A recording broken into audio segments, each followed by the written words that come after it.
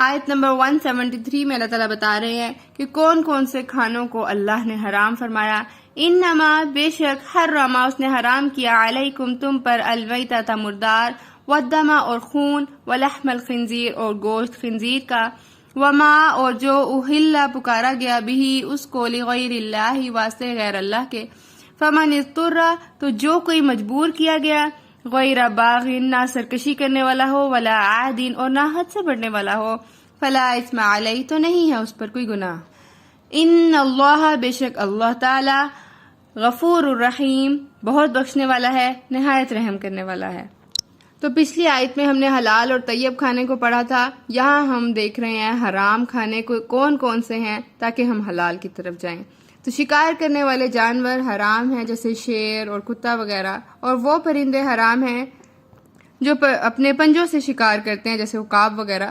تو کیونکہ غذا انسان کی شخصیت پر اثر انداز ہوتی ہے اسی لیے حرام کھانے کا بتا دیا گیا. انما حرم علیکم بے شک تم پر حرام کر دیے گئے مردار. اور مردار کون ہے؟ جو خود مر جائے یا جسے ذبح نہ کیا گیا ہو, یعنی کوئی غلیل وغیرہ سے وہ مر جائے. پھر اسی طرح دوسری چیز جو حرام کی وہ ہے والدم یعنی خون, اور بہتا ہوا خون حرام ہے. جو جمع ہوا خون ہے جیسے کلیجی وغیرہ یا ہڈیوں میں خون جم جاتا ہے وہ حلال ہے. تیسری چیز جو حرام کی وہ ہے خنزیر. خنزیر کا گوشت حرام ہے, اور حرام وہ ہوتا ہے جو صرف منع ہی نہیں ہوتا بلکہ سختی سے منع ہوتا ہے. اور حرام اس لیے کیا کہ بندے کا نقصان نہ ہو, حلال اس لیے کیا کہ بندے کا نقصان نہ ہو. پھر چوتھی چیز جو حرام کر دی گئی لغیر اللہ, جس پر غیر اللہ کا نام لیا گیا ہو وہ حرام ہے. اور پھر ایکسیپشن کیس بھی رکھ دیا گیا فمن اضطر تو جو کوئی مجبور کیا گیا.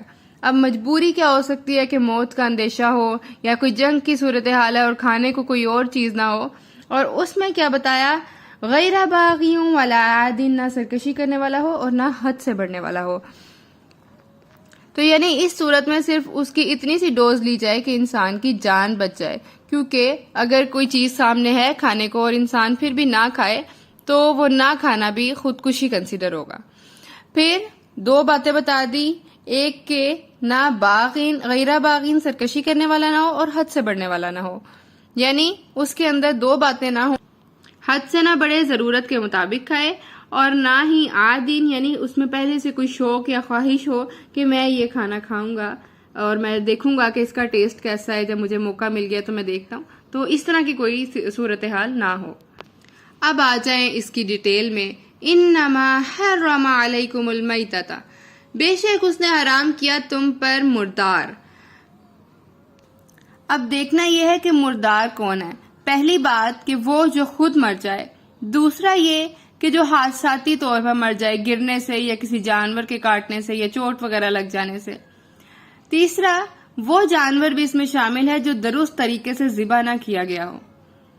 ٹھیک ہے, اور ذبح کی شرائط کیا ہے کہ اللہ کا نام لے کر ذبح کیا جائے اور اس کا مکمل خون بہایا جائے. یعنی اگر یہ دو شرائط پوری نہیں ہو رہی تو اس کا مطلب ہے وہ بھی میتۃ میں یعنی مردار میں کنسیڈر کیا جائے گا.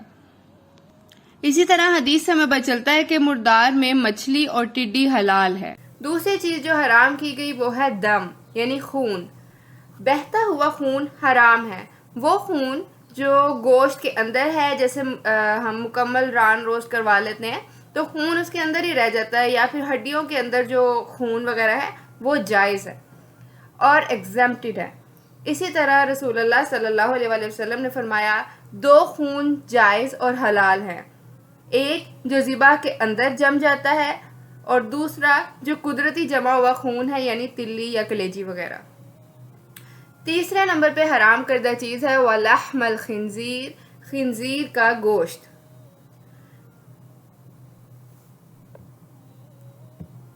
اب خنزیر کے جسم کی ہر پروڈکٹ, اس کی بائی پروڈکٹ وہ سب بھی حرام ہے. اور کیوں حرام ہے؟ کیونکہ وہ نجس جانور ہے اور طیب چیز ہی اللہ نے حلال کی ہے. اس کی تخلیق ایسی ہے کہ اس کی سکن جو ہے وہ 6 انچز موٹی ہے, اور اس کی اتنی موٹی سکن کی وجہ سے اس کی سویٹنگ پراپر نہیں ہوتی, اور اس کی سکن کی چربی کی جو لیئر ہے اور وہ اس میں اور زیادہ ہو جاتی ہے, اور پھر زیادہ چربی ہونے کی وجہ سے اس کے آرگنز کے اوپر بھی زیادہ چربی جم جاتی ہے, اس طرح سے اس کے آرگنز پراپرلی فنکشن نہیں کر پاتے، تو اس کی ڈائجیشن بھی پراپر نہیں ہوتی، اس لیے پھر اس کی غلاظتیں اور نجاست بھی اس کے اندر ہی رہ جاتی ہیں۔ اسی طرح اگر ہم اس کی ایٹنگ ہیبٹس کو دیکھیں تو وہ بھی ٹھیک نہیں ہے، جیسا کہ پگ جو ہے وہ مردار کھاتے ہیں اور اسی طرح وہ اپنی غلاظت بھی کھا جاتے ہیں۔ تو پھر کہاں تک، اگر کوئی جیسے کہتے ہیں کہ اگر کسی نے خود سے پالا ہو اور پھر وہ اس کو ذبح کرے تو پھر وہ حلال ہوگا، تو کہاں تک انسان اس کو بچائے گا برائیوں سے اور نجس سے، کہ وہ تو اپنی غلاظت بھی خود سے کھا لیتا ہے۔ اسی طرح پھر کوئی ایک سوال ذہن میں آتا ہے کہ پھر خنزیر کو اللہ نے پیدا ہی کیوں کیا؟ تو اس لیے کہ وہ انسان کی آزمائش بنا دی گئی، اور پھر زمین کی صفائی کا بھی تو کچھ انتظام ہونا تھا نا۔ جانور ایسے ہیں جو دوسرے جانوروں کی نجاستیں صاف کر رہے ہیں، نیچرل اللہ تعالیٰ نے فورسٹ وغیرہ کی صفائی کا ایک ارینجمنٹ کر دیا، پراپر مینجمنٹ سے اللہ تعالیٰ نے پورا ایکو سسٹم بنایا اور اس دنیا میں ہر جاندار بمقصد پیدا کیا، لیکن خنزیر بہرحال کھانے کے لیے پیدا نہیں کیا گیا۔ اسی طرح اگر ہم دیکھیں تو خنزیر میں بے حیائی اور فحش کا ایلیمنٹ ہے۔ جانوروں میں بھی جب یہ میٹنگ وغیرہ ہوتی ہے تو پھر ان کے پیئرز بن جاتے ہیں، پھر ان کے بچے وغیرہ ہوتے ہیں، اور جب تک ان کے بچے بڑے ہو جاتے ہیں تب تک وہ پارٹنر رہتے ہیں، وہ اپنا پارٹنر نہیں بدلتے۔ تو اللہ تعالیٰ نے جانوروں میں حیا، پاکیزگی اور وفاداری رکھی ہے، لیکن پگ ایسا نہیں ہے۔ اس میں ایسی ایک تو یہ کہ اس میں بہت چھوٹی عمر سے ہی 3 ماہ کی عمر میں ہی سیکشول ڈیزائرز آ جاتی ہیں۔ اسی طرح اس کے جو اگر کوئی کسی اور کے ساتھ میٹنگ کرتا ہے، یعنی کوئی اور جو میل ہے پگ، وہ اس کی فیمیل کے ساتھ میٹنگ کرتا ہے تو اسے کوئی اس پر برا فیل نہیں ہوتا۔ آپ نے اکثر دیکھا ہوگا جانوروں میں لڑائی ہو رہی ہوتی ہے تو اس میں ایک یہ بھی ایلیمنٹ ہوتا ہے۔ تو بہرحال ڈائٹ کا ہر طرح سے ہمارے جسم پر اور ہمارے افعال پر افیکٹ ہوتا ہے۔ اسی طرح اپنے کھانے میں اور اپنی فریج میں پڑے ہوئے کھانوں کو ہمیں ہر اینگل سے دیکھنا ہے۔ اپنی پروسیسڈ فوڈ کو دیکھنا ہے کہ وہ طیب ہے یا حلال ہے، تو سب سے پہلے تو حلال کو فوکس کریں، اس کے بعد طیب کو فوکس کریں کہ وہ پاک کھانا ہے۔ سیلڈ اور پیک فوڈ کے جو انگریڈینٹس ہیں ان کو چیک کریں، حلال اور حرام کو اور پھر طیب کو۔ اسی طرح فرسٹلی تو آپ لسٹ بنا لیں کہ آپ کی ڈائٹ ہے کون کون سی، یہ آپ سیلڈ اور پروسیسڈ فوڈ کون کون سا لیتے ہیں۔ پھر اسی طرح سے ایک لسٹ آپ کے پاس ہونی چاہیے جس میں آپ کو پتا ہو کہ کون کون سی چیزیں حرام ہیں اور ان کے کوڈز کیا کیا ہیں جو ہڈنلی یوز ہوتے ہیں۔ اسی طرح کسی فوڈ میں کوئی الکوہل وغیرہ تو نہیں ہے، بے شک وہ مائنر ہی ہو۔ اسی طرح آپ یہ دیکھیں کہ جو فوڈ ہے وہ اپنی نیوٹریشنل ویلیو کو پورا کر رہا ہے، کیونکہ جو فوڈ حلال ہیں وہ طیب بھی ہیں، لیکن اگر کھا لیں تو سستی آ جائے یا ہم بیمار ہو جائیں تو کھانے کا مقصد کہ ان کنتم تعبدون وہ تو پھر پورا نہیں ہوا۔ جیسے کولڈ ڈرنکس وغیرہ ہیں یا اوور اسپائسی سنیکس ہیں یا ایکسیس اماؤنٹ آف نوڈلز کھا لی جائے یا جنک فوڈ لے لیے جائیں، تو اس کے لیے یہ ہے کہ آپ اس کو پراپرلی چیک کریں۔ آج کل ڈیفرنٹ ویب سائٹس ہیں جسے حلال و حرام کا پتہ چلتا ہے، اور اگر ہم دیکھیں تو یہ علم نافع ہے۔ اگر معلوم ہو تو ہی پھر فوڈ سے شفا اور میڈیسن بھی مل جائے گی، حلال طریقوں سے ملے گی۔ اور دوائیوں سے پھر اگر ہم ہیلدی اور نیوٹریشنل فوڈ کھائیں گے تو پھر ہم دوائیوں سے بچیں گے، جو دوائیوں پہ مال کا ضیاع ہونا ہے اس سے ہم صدقہ خیرات کر سکتے ہیں۔ پھر جو چوتھی حرام کردہ چیز ہے وہ ہے وما اہل بہ لغیر اللہ، اور اس کو جو پکارا گیا واسطے غیر اللہ کے نام کے ساتھ۔ تو غیر اللہ میں 4 قسم کی چیزیں آ جاتی ہیں۔ پہلی تو مطلقاً یعنی پیورلی یا ایبسلوٹلی اللہ کے سوا کسی اور کا نام لیا گیا، مثلا جبریل کے نام پر کوئی جانور ذبح کیا، یا رسول اللہ صلی اللہ علیہ وآلہ وسلم کے نام پر، یا فرشتوں کے نام پر، یا بتوں کے نام پر۔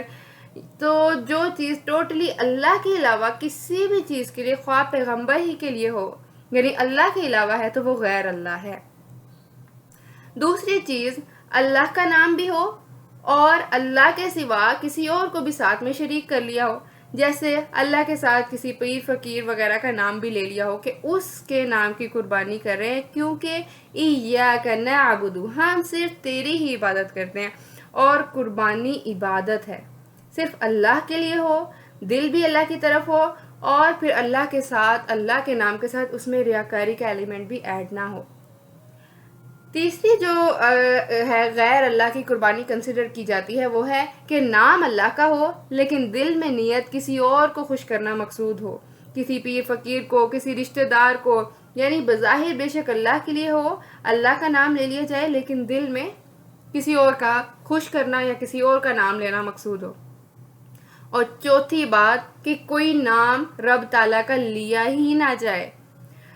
سورہ الانعام آیت 121 میں اللہ تعالیٰ فرماتے ہیں وہ نہ کھاؤ جس پر اللہ کا نام نہیں لیا گیا، اور کیوں؟ صحیح بخاری میں آتا ہے جس کا خون بہایا جائے اور اس پر اللہ کا نام لیا جائے تو اسے کھاؤ۔ تو لہٰذا کسی اور کے لیے کسی کی طرف سے قربانی کرنے کی تو دین اسلامی اجازت ہے، جیسے والدین کی طرف سے قربانی کرنا، کیونکہ اس میں والدین یا کسی اور کی رضا یا عبادت مقصود نہیں ہے۔ تو لیکن اگر ہم اس کے نام کی قربانی کریں یا اللہ کے ساتھ اس کا بھی نام لے لیا جائے یا اسے بھی خوش کر دیا جائے تو یہ مقصود نہیں۔ اسی طرح حدیث میں آتا ہے لعنت کی گئی ہے اس پر جو اللہ کے علاوہ کسی اور کے لیے جانور ذبح کرے، اور اسی طرح حدیث میں آتا ہے کہ ان چیزوں کو چھوڑ دو جس میں شک ہو، تو لہذا شک اور شبہ والی چیز کو چھوڑ دینا ہی بہتر ہے۔ اللہ تعالیٰ سے دعا ہے کہ اللہ تعالیٰ ہمیں سمجھنے اور اس پر عمل کرنے کی توفیق عطا فرمائے۔